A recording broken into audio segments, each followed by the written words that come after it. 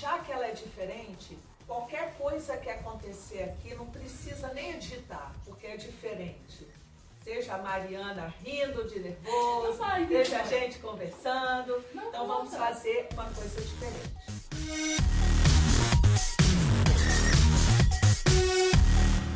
Nós vamos falar sobre ansiedade.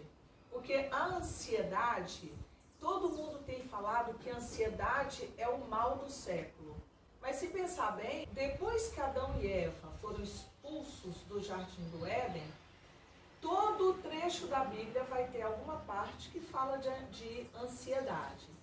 E fala da necessidade daquele que é nascido de Deus, que procure não viver ansioso, de maneira nenhuma ansioso. Então, a razão disso é a própria existência de Deus. Porque se não fosse assim, da existência dele e de suas promessas, então não teria sentido nenhum tudo isso falar da ansiedade.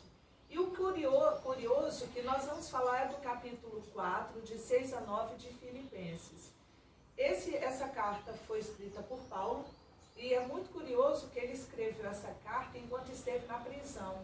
Então uma pessoa que está presa vai dizer para o outro, ele dizer para os filipenses para que eles não andassem ansiosos, ele estava preso. Então assim, ele orienta a igreja que viva sem preocupação, mesmo passando todas as dificuldades que ele passou, e quem já leu essa parte vai saber muito bem o que eu estou falando. Mesmo assim ele diz, não andeis ansiosos de coisa alguma. Ok? O que exatamente é ansiedade? Bom, então, geralmente, quando a gente fala sobre ansiedade, de uma forma leiga mesmo, a gente geralmente se refere a algo ruim que a gente sente quando pensa em algum evento futuro, ou quando pensa que a gente precisa fazer alguma coisa, etc e tal. E sim, a gente pode falar sobre ansiedade dessa forma, mas também existe o conceito médico, né, psiquiátrico para ansiedade, que no caso seria uma doença, de uma certa forma, que aí não seria só um sentimento simples, ruim que a gente sente, mas envolve um conjunto de critérios, enfim, que a gente precisa para poder diagnosticar. Então, às vezes a gente pode falar sobre ansiedade de uma forma até boa, quando você espera alguma coisa boa e você fala, pô, eu tô ansioso para ver fulano, para fazer tal coisa, enfim. Como de uma forma ruim também, mas é muito importante deixar claro que muitas vezes não é algo simples, né? Às vezes você pode estar preocupado há muito tempo com alguma coisa, ou pode ser que você esteja com algum problema muito sério há muito tempo, e o seu próprio corpo acaba desenvolvendo respostas, o seu cérebro acaba tendo toda uma neuroquímica, né, que faz com que certos padrões seus de resposta ao meio mudem. Então, às vezes você tem pais que têm filhos jovens, 15 anos, 18 anos e tal, e às vezes o filho tem dias que o filho está desanimado demais, ou então não está, fica o dia inteiro deitado e tal. Podem ser sinais da doença ansiedade, no caso. Muito bem.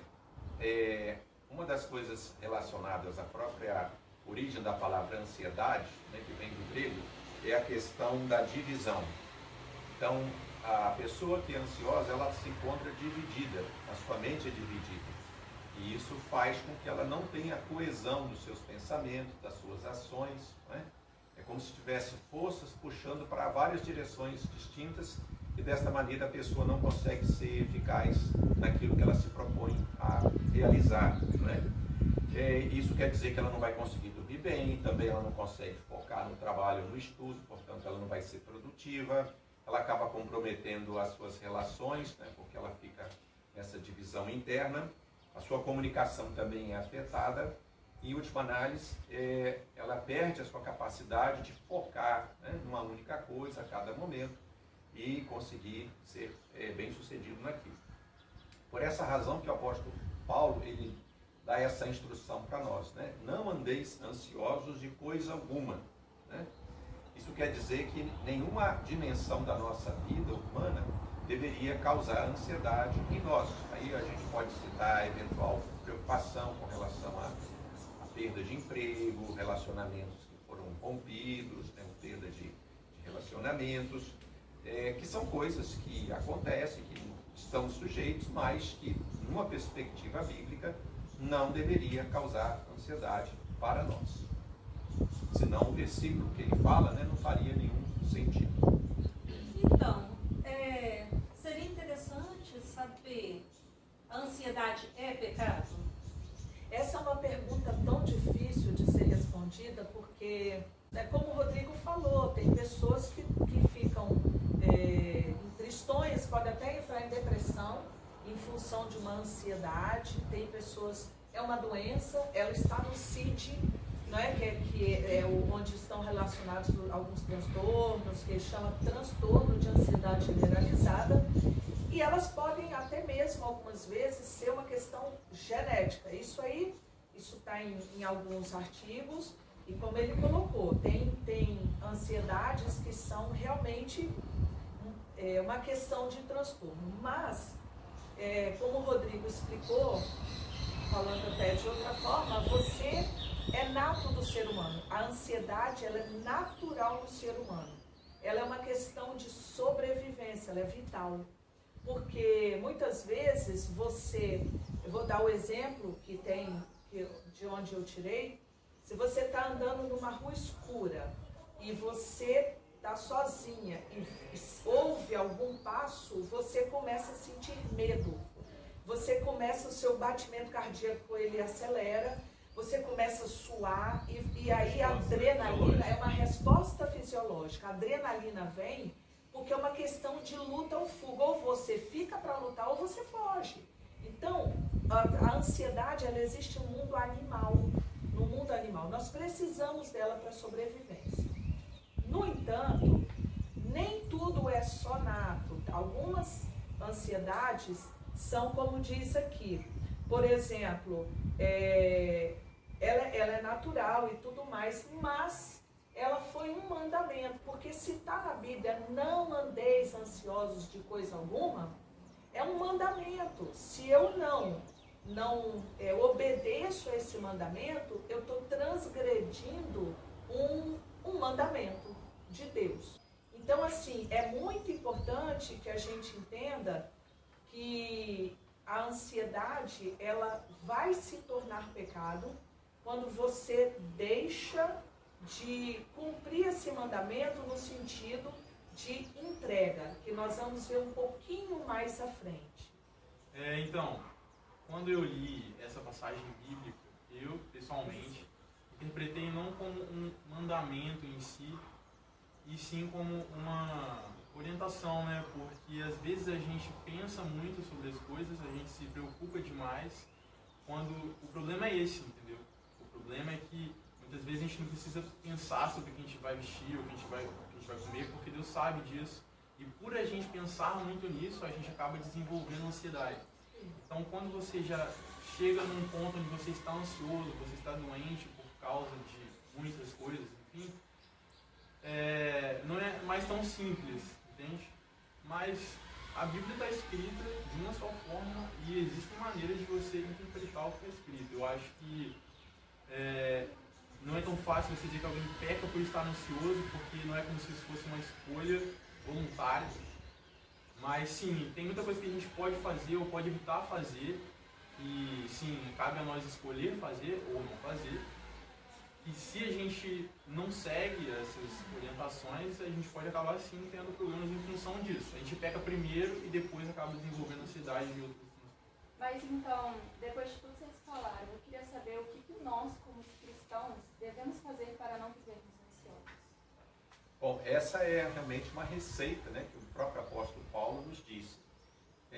Antes de chegar na questão de Efésios, é bom dizer que a nossa parte, né, hoje a boa medicina, ela nos orienta, que a gente tem que ter uma alimentação adequada, tem que se exercitar e tem que dormir em quantidade suficiente de horas. Né? Isso é uma questão de saúde, né? Bons hábitos que também estariam perfeitamente dentro daquilo que é a vontade manifesta de Deus para a gente viver uma vida abundante. Voltando ao texto de Efésios, o verso 6, diz claramente o seguinte, que não andeis ansiosos de coisa alguma, porém, sejam conhecidas diante de Deus vossas petições pela oração, pela súplica, com ações de graça. Então aí tem muita informação num trecho bem pequeno, né? É bom que se diga que a ação de graça é um reconhecimento, né, de que nossa provisão vem de Deus. Deus é que provê tudo aquilo que nós necessitamos, sejam as dádivas materiais, né, do pão, do alimento, do agasalho, né, e das relações, assim como também a paz espiritual que Deus pode conceder.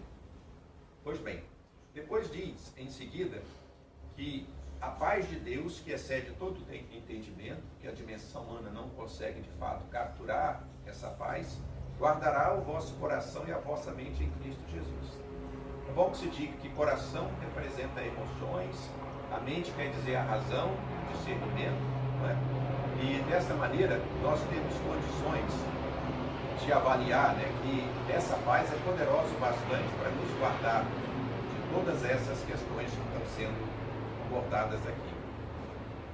Quando oramos, quando a gente tira um tempo para orar, né, nós vemos que Cristo ele vem montar guarda, isto é, guardar no sentido literal, militar, né, de postar guarda nos nossos corações, as nossas mentes. E dessa maneira vai impedir que aquilo que faz mal para nós, sejam forças espirituais, sejam preocupações com a vida, venham afetar a nossa paz, tirar a nossa tranquilidade.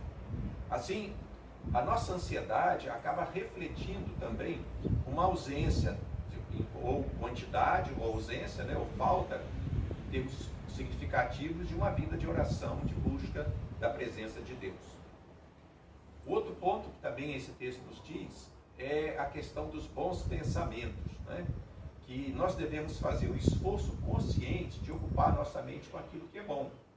E aí nós temos hoje, né, um excesso de informações, a maioria delas muito negativas, que vão roubando a nossa alegria, drenando a nossa energia, né? São as mensagens recebidas, todas essas dimensões, a mídia que enfatiza tantos aspectos negativos, tudo isso vem roubar, contribui para roubar a nossa paz. Então, parte da nossa terapia proposta, né, pelo apóstolo Paulo é que a gente lute contra essas coisas, se informe sobre as coisas do mundo, mas não se ocupe demais com elas e ocupe a nossa mente com aquilo que é bom. E a terceira dimensão é a prática, né? Ele diz assim, o que também aprendestes e recebeste e ouviste em mim, isto é o próprio apóstolo Paulo falando, isso praticai e o Deus de paz será convosco. Isso quer dizer que o apóstolo Paulo, que tinha convivido com os filipenses durante um período, tinha uma vida que exemplificava tudo aquilo que ele estava dando de orientação. Olha, faz isso que eu estou dizendo e pode fazer o que eu fiz, porque o que eu fiz está de acordo com aquilo que agora eu estou dando como prescrição para vocês. Então, nós podemos dizer sinteticamente que para que a gente não ande ansioso, nós precisamos orar e trazer todas as nossas preocupações ao trono de Deus. Segundo, nós precisamos pensar aquilo que é correto e verdadeiro. E terceiro, nós precisamos viver de acordo com o que diz a palavra de Deus. Quando eu devo procurar um médico?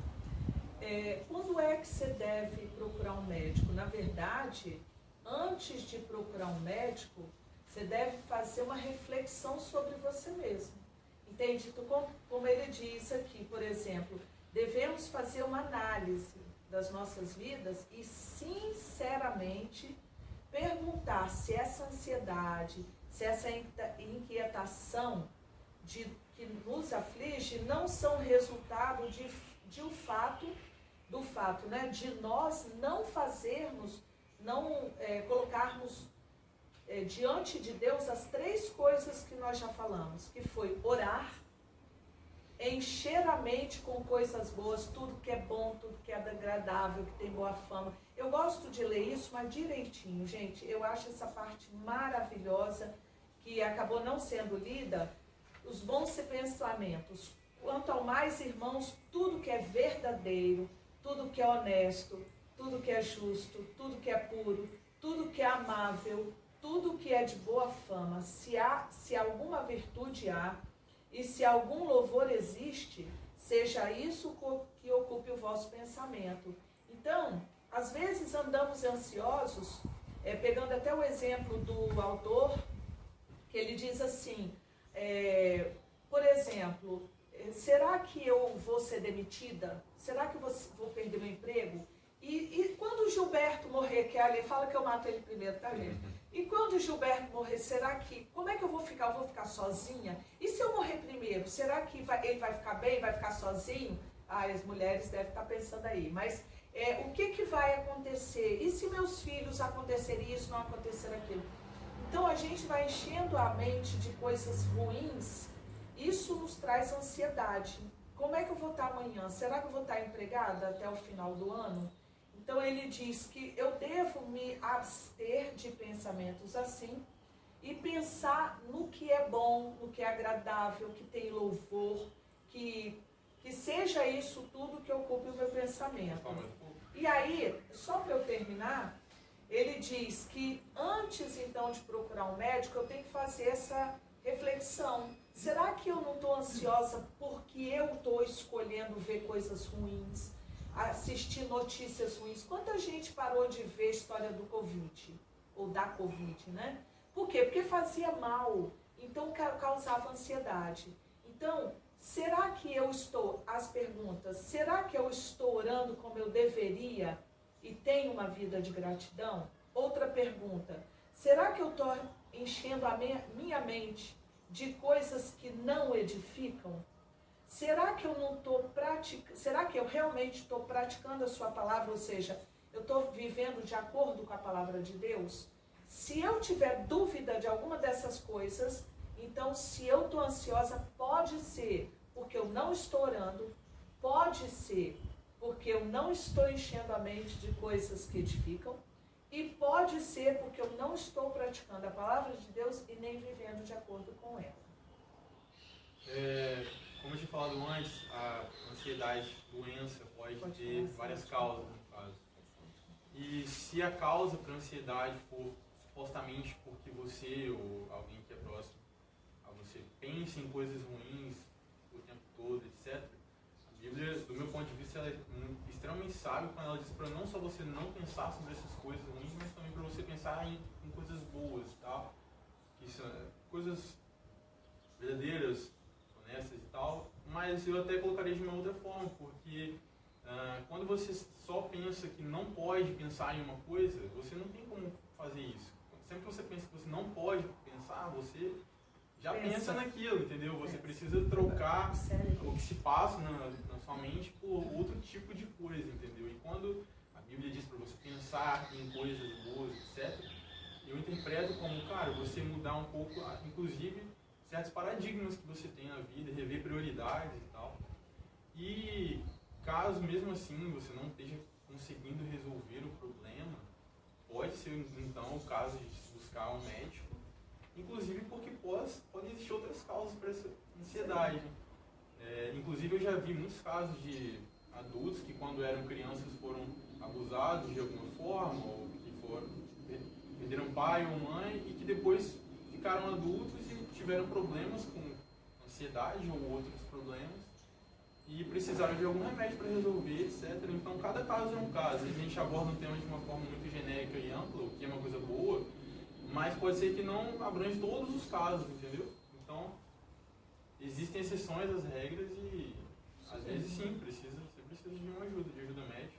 Bem colocado. E outras coisas. Para finalizar, nós queríamos sintetizar que a paz de Deus vem guardar o nosso coração e o Deus da paz estará conosco. São duas dimensões, né? Que é importante a gente sempre reafirmar, por isso que é tão importante a busca diária, né, da presença de Deus. Que a paz de Deus esteja com todos vocês. Muito obrigado. Amém. Amém.